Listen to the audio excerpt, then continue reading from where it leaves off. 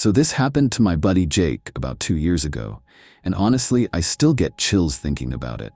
Jake's the kind of guy who's never been afraid of anything. The type who'd walk through a dark alley at 2 a.m. without a second thought. But after what happened to him on that road trip, he won't even walk past dogs on the street without getting nervous. Jake was driving cross-country, moving to his new job. He'd been on the road for about 6 hours when his car started making this weird grinding noise somewhere in the middle of nowhere. It was getting dark, empty highway, and his phone had died hours earlier. He pulls into this tiny gas station, one of those places that looks like it hasn't been updated since the 80s. The mechanic takes a look under the hood and shakes his head. "Your transmission's shot," he says. "I can fix it, but I'll need to order parts. Won't be here until Monday." It's Friday night. Jake's stuck. The mechanic tells him there's a motel about 3 miles down the road, and Jake figures he doesn't have much choice. He grabs his overnight bag and starts walking. The motel turns out to be this run-down place, though there aren't any trees in sight, just empty fields stretching out in every direction. The woman at the front desk seems nice enough. "You're lucky," she says, handing him a key. "We only have one room left." Jake doesn't think much of it. His room is on the ground floor, at the very end of the building. Nothing fancy, but it's clean enough. The only weird thing is that all the windows have these heavy metal screens on them, not the regular kind you see for bugs, but thick steel mesh that looks like it was installed recently. The woman mentions that previous guests complained about animals getting too close to the windows at night. "I'd recommend keeping your curtains closed tonight," she says. Jake goes back to his room and eats some snacks he'd packed for the road trip. Around 11, Jake decides to call it a night. He's just about to brush his teeth when he hears something outside. Scratching. Not like a tree branch against the building, but deliberate scratching against his window. He peeks through the curtains and sees nothing but darkness. The scratching stops. 5 minutes later, it starts again. This time, it's definitely coming from right outside his window. Jake grabs his phone's flashlight and looks out again. Still nothing. But then he notices something in the dirt below his window. Paw prints. A lot of them. Different sizes, but all definitely from dogs, not coyotes. These prints are too big, too round. The scratching starts up again, but now it's coming from a different window. Jake realizes whatever's out there is moving around his room, testing different spots. Jake's getting that uneasy feeling in his stomach. The same one you get right before something bad happens. Jake checks the locks on his door. Makes sure the deadbolt is secure. He's starting to get this uneasy feeling in his stomach, the same one he used to get in Afghanistan, right before something bad happened. The scratching stops for about an hour. Jake's almost convinced whatever it was has given up and left when he hears a new sound. Whimpering. Like a dog that's hurt or scared. It's coming from right outside his door. Jake knows he shouldn't, but something about that sound gets to him. He's always been a sucker for animals in distress. He goes to the door and listens. The whimpering gets louder, more desperate. It sounds like a medium-sized dog, maybe injured. "Hey buddy," Jake calls softly through the door. "You okay out there?" The whimpering stops immediately. Then Jake hears something that makes his blood run cold. Footsteps. Not paws on concrete, but actual footsteps, like someone walking around outside his door. But he knows he only heard one dog whimpering. Jake looks through the peephole. The parking lot light is flickering, making everything look weird and shadowy, but he can see shapes moving around out there. Multiple shapes. They're hard to make out in the bad light, but they're definitely dogs. Big ones. And they're not acting like normal dogs. Normal dogs, even wild ones, would be sniffing around, marking territory, maybe fighting with each other. These dogs are just standing there, perfectly still, like they're waiting for something. One of them moves closer to Jake's door, and in the flickering light, he gets a better look at it. It's a German Shepherd mix, maybe 90 pounds, but something's off about it. Its eyes are reflecting the light, but they're not reflecting it the way dog eyes usually do. They're too bright, too focused, and the way it's standing, perfectly straight, head held high, completely motionless, it doesn't look natural. Jake counts at least 6 dogs that he can see, probably more beyond the range of the parking lot light.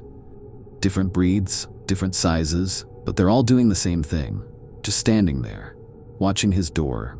He tries to convince himself they're waiting for food, that maybe previous guests fed them, and now they associate the motel with meals. But his gut is telling him something else entirely. The whimpering starts again, but now Jake realizes it's not coming from a hurt dog. One of the dogs out there is making that sound deliberately, trying to trick him into opening the door. Jake backs away from the peephole and sits on the bed, heart pounding. He's dealt with aggressive dogs before, but this is different. This feels calculated. Around 2 a.m., the scratching starts up again, but this time it's not just at the windows. It's at the door too. Not frantic scratching like an animal trying to get in, but slow, methodical scratching, like they're testing the strength of the wood. The scratching goes on for another hour, moving from the door to the windows and back again. Sometimes it stops completely, and Jake starts to think they've given up. But then it starts again from a different spot. At one point, he hears a new sound, a low growling, but it's not coming from just one dog. It's like they're all growling in unison, this deep, coordinated rumble that seems to vibrate through the walls. Jake grabs the chair from the small desk and wedges it under the door handle. He knows it won't stop a determined pack of large dogs, but it makes him feel a little better. Around 4 a.m., everything goes quiet. Jake waits another hour before he gets the nerve to look out the peephole again. The parking lot is empty. No dogs, no movement, nothing. But when morning comes and Jake finally opens his door to check out, he sees something that makes him understand just how much danger he was in. The concrete around his door is covered in paw prints, dozens of them, from at least 10 different dogs. But that's not the scary part. The scary part is how organized the prints are. They're not random, like you'd expect from a pack of wild dogs sniffing around. They form a perfect semicircle around his door, like the dogs were positioned strategically, covering all possible escape routes. And there are scratch marks on his door and windows, but they're not random either.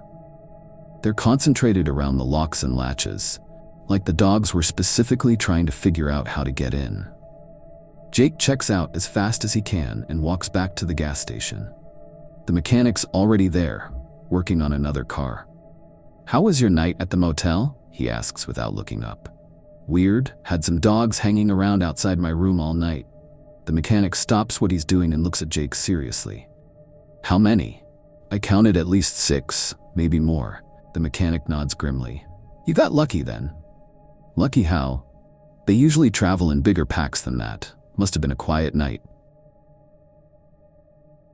Jake feels sick. This happens regularly? More than people like to admit. Thing is, they're not wild dogs. At least they weren't originally. People think they're former pets, dogs that got abandoned and formed their own pack. But something changed them, made them smarter. The mechanic points toward the field behind the gas station. They live out there during the day, but at night they hunt. Jake's transmission is fixed by noon, and he gets out of there as fast as he can. Jake drives straight through after that, doesn't stop except for gas. But here's the thing that really gets to me about his story. About a year later, Jake's watching the news and sees a report about a family that disappeared from a remote motel. Their car was found in the parking lot, but the family was never found. The only clue was the scratch marks around their door and the paw prints in the dirt outside their room. The news report mentioned that this was the 4th family to disappear from remote motels in the region over the past few years. But here's what really bothers Jake. And honestly, it bothers me too. Jake's been keeping track of missing person reports from small towns across the country, and there's been a pattern. People disappearing from isolated motels and truck stops, always in the middle of nowhere, always with the same evidence left behind. Scratch marks around doors and windows, paw prints in organized formations, and no trace of the victims. Jake thinks the pack learned something from their time at the Pine View. They figured out that isolated travelers make easy targets, and now they're moving from place to place, following the highways, looking for new hunting grounds. The scary part isn't just that there's a pack of intelligent, dangerous dogs out there. The scary part is that they're getting smarter, and they're spreading out. Story 2. This story comes from my cousin Sarah, and I'm telling you right now, it's the reason she moved 3 states away and refuses to live in any house that shares a property line with neighbors. Sarah had just gotten divorced and needed a fresh start, so she rented this little house on the outskirts of town. Nothing fancy, but it had a big backyard for her daughter Emma, who was 7 at the time. The rent was cheap, the neighborhood seemed quiet, and honestly, after everything she'd been through, Sarah just wanted somewhere peaceful to rebuild her life. The house next door was this old 2-story place with a tall wooden fence around the backyard. Sarah's first week there, she noticed the fence was in rough shape. Some of the boards were loose, others had gaps between them, but she figured it wasn't her problem. That changed when Emma came running into the house crying on their 3rd day there. "Mommy, there's a scary dog next door," Emma said, hiding behind Sarah's legs. "He was staring at me through the fence." Sarah immediately put down what she was doing and knelt down to Emma's level. Her daughter had never been afraid of dogs before, and the terror in Emma's voice was real. "Show me where, sweetie." They went to the backyard together, and Sarah looked through the gap in the fence where Emma was pointing. She couldn't see any dog, but she could hear something moving around back there. Heavy breathing, the sound of paws on concrete. "What did the dog look like, Emma?" "A really big black one, with scary eyes. He didn't move at all, Mommy. He just watched me." The fear in Emma's voice made Sarah's maternal instincts kick in. She immediately decided they wouldn't use the backyard until she figured out what was going on. But the next morning, Sarah was having her coffee when she heard Emma screaming outside. She ran to the backyard and found Emma pressed up against the house, pointing at the fence. Through one of the gaps in the boards, Sarah could see a massive dog's head. And Emma was right. This thing was huge, bigger than any dog Sarah had ever seen. The dog was just standing there, perfectly still, staring at Emma through the gap. Its eyes were this weird, pale blue color, almost white, and they didn't blink. It wasn't growling or barking, which somehow made it more unsettling. "Hey," Sarah called out. "Get away from the fence." The dog didn't react to her voice at all. It just kept staring at Emma like it was studying her. Sarah picked up Emma and went inside, then walked around to the front of the neighbor's house to knock on the door. An older man answered, maybe in his 70s, thin with gray hair and these thick glasses. "Hi, I'm Sarah. I just moved in next door. I wanted to talk to you about your dog. It's been watching my daughter through the fence, and it's making her nervous." The man's expression changed, and he looked uncomfortable. "Look, I need to be honest with you. I don't own a dog, but there's been something strange happening in my yard lately. I keep finding things, food bowls I didn't put out, holes dug in my lawn, and sometimes I hear heavy breathing at night." Sarah felt a chill. "So you've seen it too?" "I've heard it, but every time I look outside during the day, there's nothing there." I was starting to think I was losing my mind. Sarah thanked him and went back home, but she was thoroughly confused. She knew what she'd seen. That afternoon, while Emma was napping, Sarah decided to get a better look at the neighbor's yard. She stood on a chair next to the fence and peered over. The yard was still empty, but Sarah noticed something weird. There were paths worn into the grass, like something had been walking the same route over and over. The paths formed a rectangle that ran along the fence line, then cut across to the house and back, like a patrol route. That night, Sarah was woken up around 2 a.m. by a sound she couldn't identify at first. It was rhythmic, like footsteps, but heavier than human footsteps. She looked out her bedroom window, which faced the neighbor's yard, and saw something that made her blood run cold. There was a dog in the yard next door, but it wasn't lying down or sniffing around like normal dogs do. It was walking along those paths she'd seen worn in the grass, moving in a perfect rectangle around the perimeter of the yard. And it was huge. Even in the darkness, Sarah could tell this thing was the size of a small horse. The dog walked its route for about 10 minutes, then stopped at the fence directly behind Sarah's house and sat down. Just sat there, perfectly still, facing her house. Sarah watched for another hour, but the dog never moved. It just sat there like a statue, watching her house. The next morning, Emma refused to play in the backyard. "The dog is still there, Mommy. He's waiting for me." Sarah checked through the fence again. No dog, and the neighbor's yard looked completely normal. No signs that any animal had been there. This went on for 2 weeks. Every night around 2 a.m., the dog would appear and walk its patrol route, then sit and watch Sarah's house until dawn. But during the day, there was no trace of it. No paw prints, no disturbed grass, nothing. Emma, however, would still insist the dog was there, even in broad daylight. "He's hiding, Mommy, but he's still watching." Sarah started to think Emma was having nightmares that seemed real to her. Then one night, she decided to record it. She set up her phone to record the neighbor's yard and went to bed. When she checked the footage the next morning, Sarah felt like she was going to throw up. The timestamp showed the dog appearing at exactly 2:03 a.m., just like every other night. But this time, Sarah could see something she'd missed in the darkness. The dog wasn't alone. There were 3 other dogs with it, all the same size, all moving in perfect coordination. They would split up and each walk a different section of the yard, like they were systematically covering every inch of the property. But here's the part that really terrified Sarah. Every few minutes, one of the dogs would stop at the fence and look directly at the camera. Not just in the general direction of her house, but straight at the camera, like it knew it was being recorded. And their eyes, all 4 dogs had those same pale, almost white eyes that seemed to glow in the infrared footage. Sarah took the video to the neighbor and showed it to him. The man went pale. "Ma'am, I was hoping this day would never come." He sat down heavily in his chair. "I should have told you when you first moved in, but I thought maybe it wouldn't happen to you." "What are you talking about?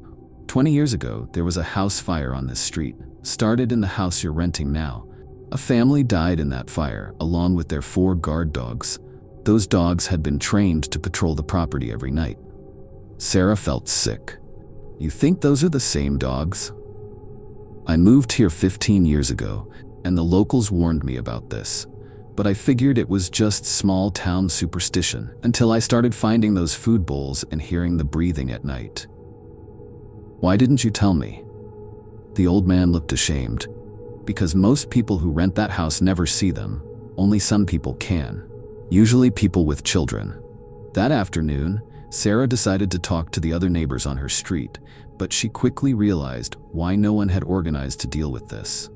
Most of her neighbors couldn't see the dogs at all. When she asked Mrs. Rodriguez 3 houses down about strange dogs, the woman looked at her like she was crazy. "Dogs? No, I haven't seen any dogs around here." But then Mrs. Rodriguez's 8-year-old son peeked out from behind his mother. "Mom, she means the black dogs that watch our house at night." Mrs. Rodriguez's face went white. "Miguel, we talked about this. You're having nightmares." Sarah realized that, like Emma, only some people could see them. Mainly children and adults who were sensitive to this kind of thing. The few neighbors who admitted they'd experienced something were too terrified to talk about it openly. The elderly couple at the end of the block would only speak to Sarah in whispers. "We tried calling the police once," the husband told Sarah quietly. "They thought we were having some kind of joint hallucination, suggested we see a doctor." "We called animal control," the husband told Sarah. "They came out during the day, didn't find anything, said we were probably imagining things." "But we know what we see," his wife added quietly. "They come every night, same time. We can see them moving through our house, but they're like shadows. Sometimes our grandson sees them too, when he stays over." Sarah asked the obvious question. "How are they getting inside?" The couple looked at each other nervously. "That's the thing," the husband said. "Our doors and windows are always locked. We check them multiple times before bed. But the dogs, they don't seem to need doors." That night, Sarah packed everything she could fit in her car. She and Emma stayed at a motel across town. But before leaving permanently, Sarah wanted to understand what was happening. She drove back to the neighborhood the next evening and parked on the street where she could see several houses at once. At exactly 2:03 a.m., Sarah watched something that still gives her nightmares. From her position, she could see several houses at once. In each yard where a family had children or sensitive adults, the same thing was happening. Massive black shapes moving through the darkness, patrolling, watching. The dogs appeared to move through solid objects, flickering in and out of visibility as they walked their eternal patrol routes. Sarah realized these weren't normal dogs. They weren't even alive anymore. She drove away that night and never went back. The neighbor had already told her the history, but Sarah looked up the old newspaper articles anyway. The details matched exactly. A house fire 20 years ago. A family that died with their 4 guard dogs, animals that had been trained to protect the property at all costs. Even death hadn't released them from their duty. Even after they died, they never stopped doing their job.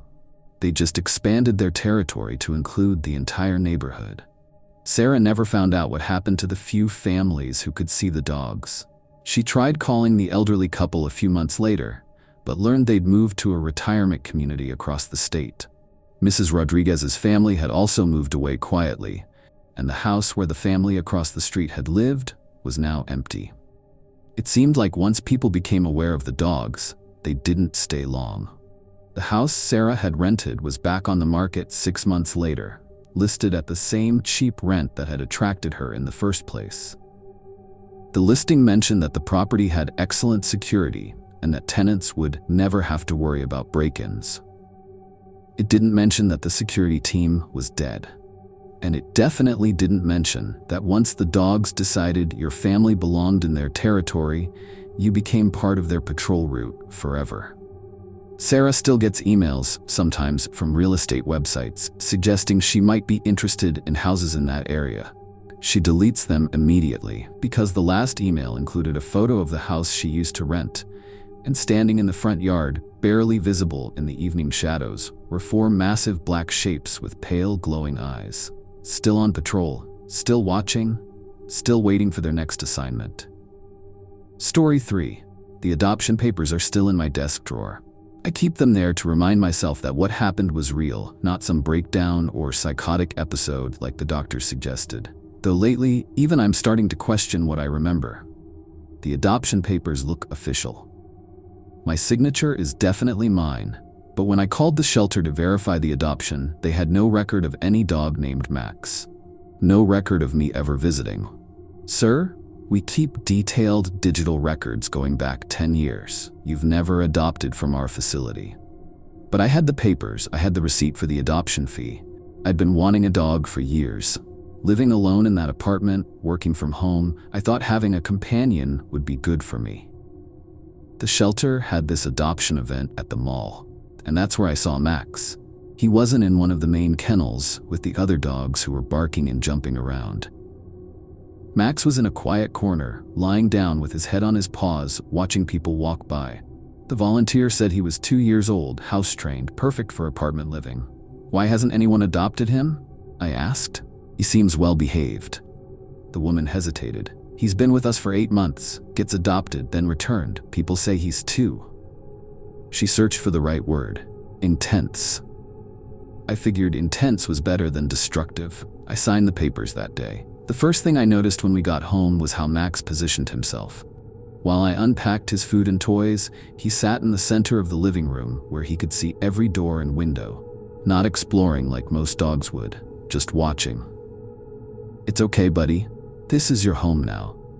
Max didn't wag his tail, didn't move at all. He just looked at me with these dark brown eyes that seemed to register everything. The staring started immediately. During meals, Max would sit facing me instead of begging for food. While I worked on my laptop, he'd lie nearby with his head up, eyes fixed on me. When I watched TV, Max would position himself so he was looking at me, not the screen. I told myself he was still adjusting. New environment, new owner. Give it time. But after 2 weeks, I realized Max never blinked. I'd catch myself counting. 30 seconds, a minute, sometimes longer, and his eyes never closed. Even when I moved around the apartment, those eyes followed me with perfect tracking, like a security camera. The sleep thing started bothering me around week 3. Every night, I'd tell Max good night and go to my bedroom. Every morning, I'd find him in the exact same position I'd left him, sitting in the living room, facing my door. Same posture, same expression. One night, I decided to test something. I pretended to go to bed, but stayed up, quietly watching from my doorway. Max sat motionless for 3 hours, never shifted position, never lay down, never closed his eyes, just waited. I called the vet, described the behavior. She said some rescue dogs have trauma that makes them hypervigilant, suggested patience and maybe anxiety medication. But it wasn't anxiety I was seeing in Max's behavior. It was purpose. The sleepwalking started in month 2. I'd wake up in strange places, standing in the kitchen at 3 a.m., sitting on the bathroom floor, once lying in the middle of the living room. Always, Max would be nearby, watching me with that same unwavering stare. Did I walk out here? I'd ask him, feeling ridiculous for talking to a dog. Max never responded, never moved, just watched. I bought a security camera to figure out what was happening. The footage showed something that made my skin crawl. Around midnight each night, I would get up and walk into the living room. But I moved wrong. Too stiff, frat, like someone learning how to operate my body. I'd stand there for exactly 1 hour while Max circled me slowly, studying me from different angles. Then I'd return to bed, and Max would resume his watching position. I had no memory of any of this. The doctor prescribed sleeping pills, stronger ones, the kind that should keep you unconscious for 8 hours. That's when I discovered the mud. I woke up one morning to find dirt tracked throughout the apartment. My shoes were by the door, caked with fresh soil. My clothes from the day before were in the hamper, stained with something dark. But I lived on the 4th floor. I hadn't left the apartment. I checked the locks, secure. Windows closed and locked. Fire escape, inaccessible without climbing equipment. Yet somehow, Max and I had been outside. The blood appeared a few days later. Dark stains under my fingernails that I couldn't remember getting. Spots on my bathroom sink that looked like I'd washed something off my hands. Once, I found a small smear on my apartment door handle, the outside handle. I started having dreams about walking through dark neighborhoods, following Max as he led me to places I didn't recognize.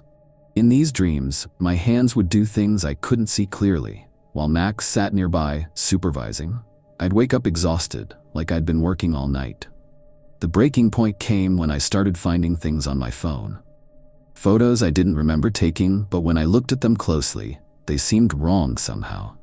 Blurry shots of dark streets that looked familiar but I couldn't place. Images then house numbers, or might have been random shadows.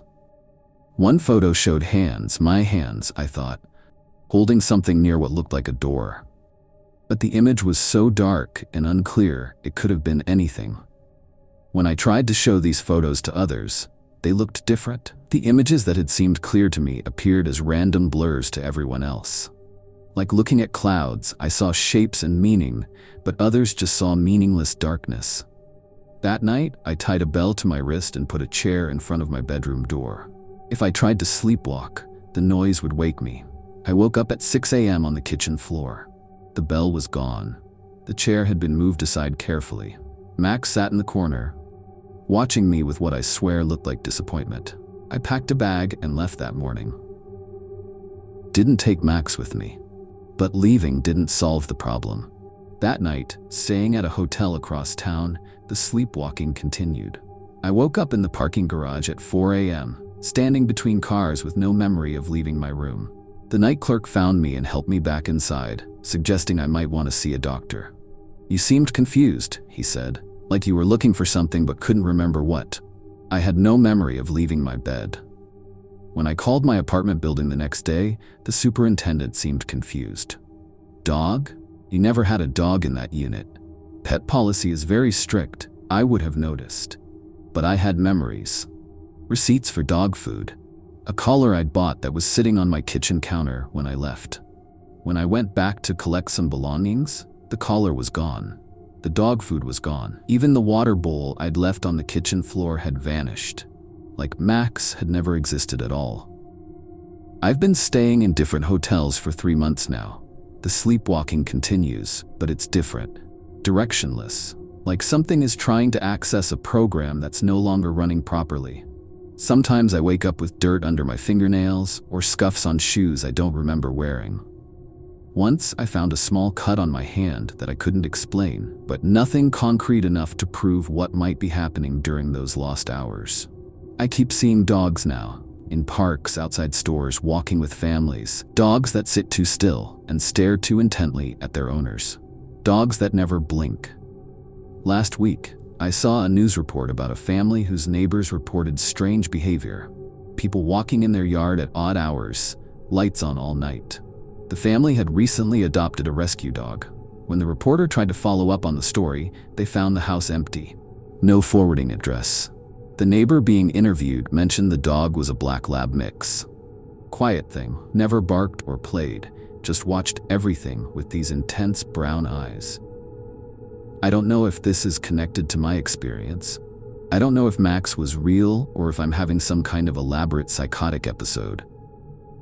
But I've noticed that in every town I stay in, there are always a few families with dogs that sit too still, dogs that never seem to play or sleep, dogs that watch their owners like they're studying them. Sometimes I wonder what I did during those missing hours, whether the dreams of following Max through dark neighborhoods were real, or just my mind trying to make sense of sleepwalking episodes. I've stopped checking local news reports, stopped trying to find patterns in missing persons cases, because I'm not sure if I'm looking for validation that Max was real or hoping to find proof that I never hurt anyone during those nights I can't remember. The uncertainty is almost worse than knowing would be. Almost.